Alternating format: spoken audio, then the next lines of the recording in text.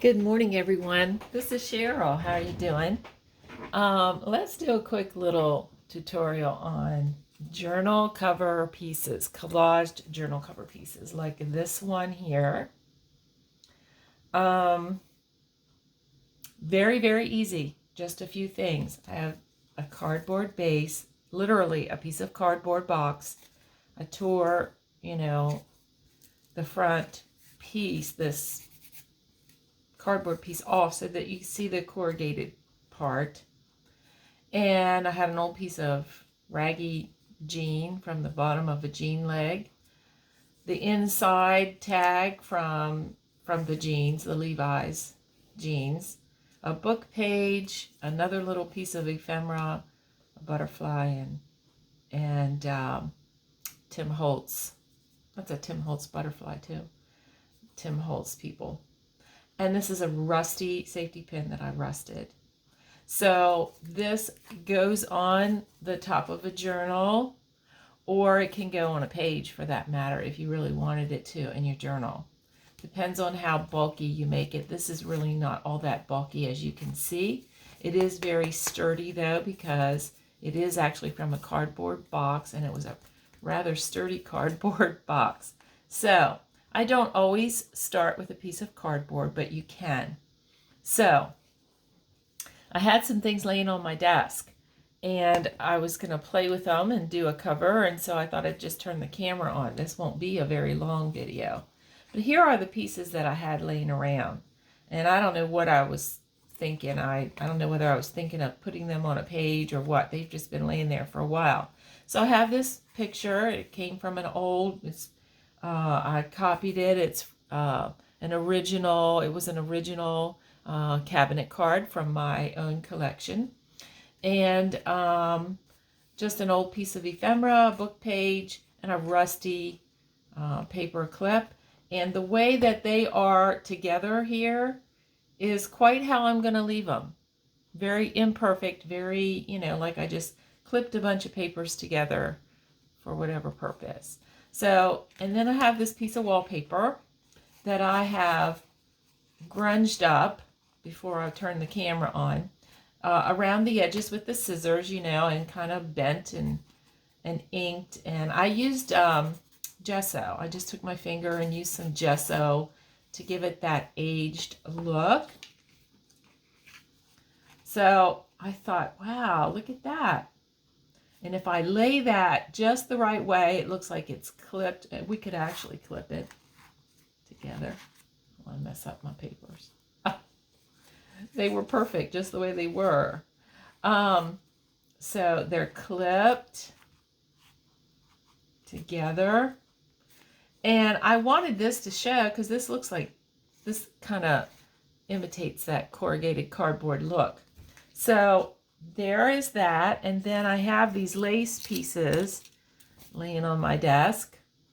Okay, most of them I sprayed with coffee. I just, when I want something grungy or it's too white, I just lay it out on parchment paper, and I have a little spray bottle of coffee, and I just spray it, let it dry, and then I can use it, without having to go through a bunch of rigmarole to get it. So I'm gonna kind of, I don't want it to look new.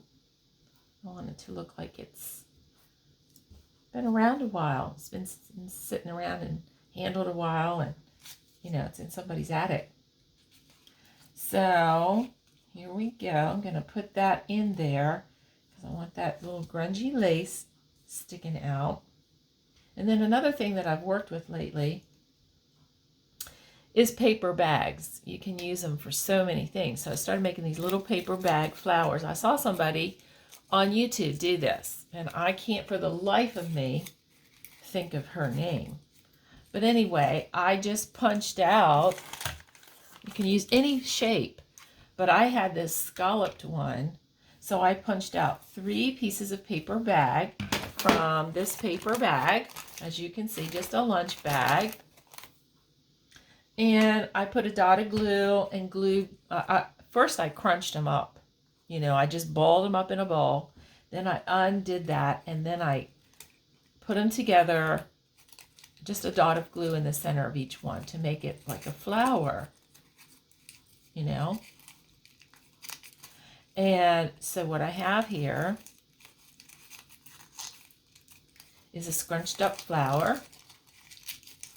And I took my finger and put gesso, rubbed a little bit of gesso. And I thought that it would be really cute here with an antique button.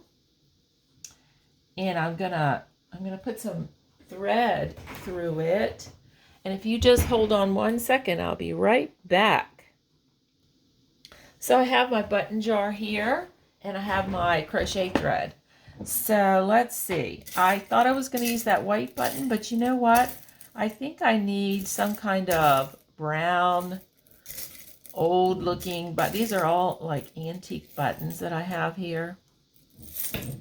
How about this one? This one looks like it would go really well. So, and it is, let me put this over here, and it is, you know, multicolored. So I'm just going to take a little bit of this crochet thread and put it through there because it makes it easy to make it look like thread without having to actually sew through the holes multiple times. Come on, baby, go through there. I know you can. There it goes. So this time I'm going to tie it into a bow.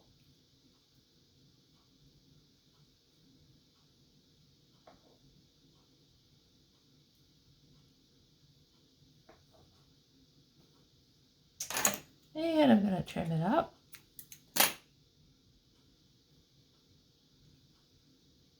And there we go. So we'll glue it down.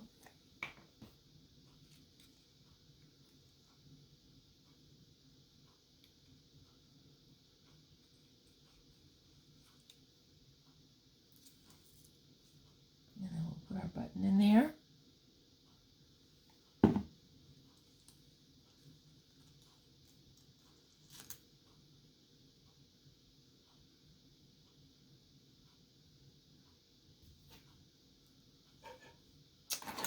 Now I'll glue this lace into place.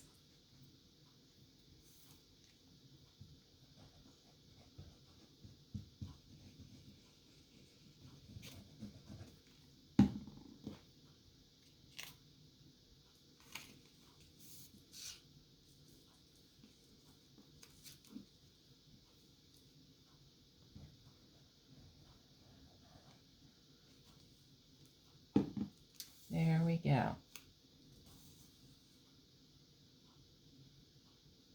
Now, what we have here is a journal topper.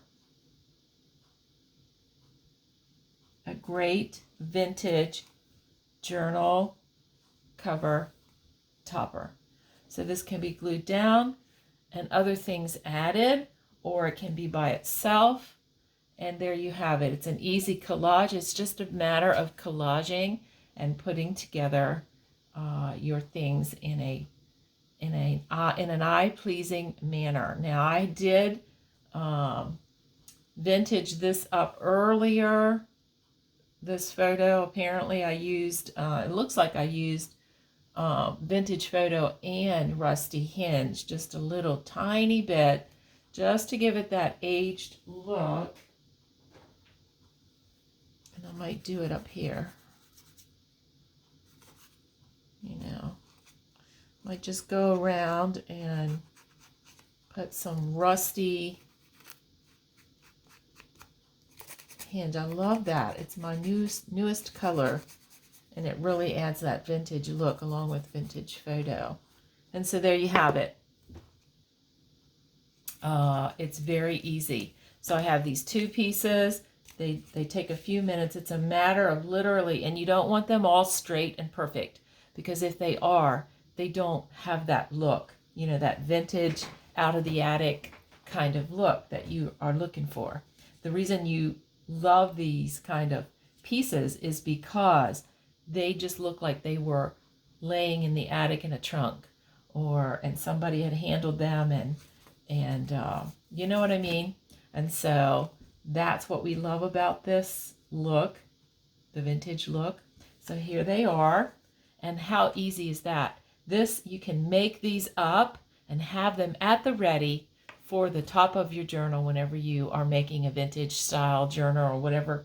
You can make them in any style. You could do botanical, you could do birds, you could do whatever you wanted to do and have these at the ready.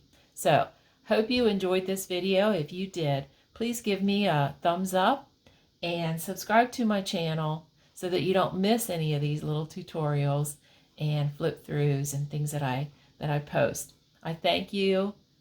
I want to send a big thank you to all my subscribers for your patience. Life has happened lately and my videos have been sparse, but now I feel that I can get back on board with what I was, intending to do. So thank you so much for your patience, and have a great crafty day. Bye-bye.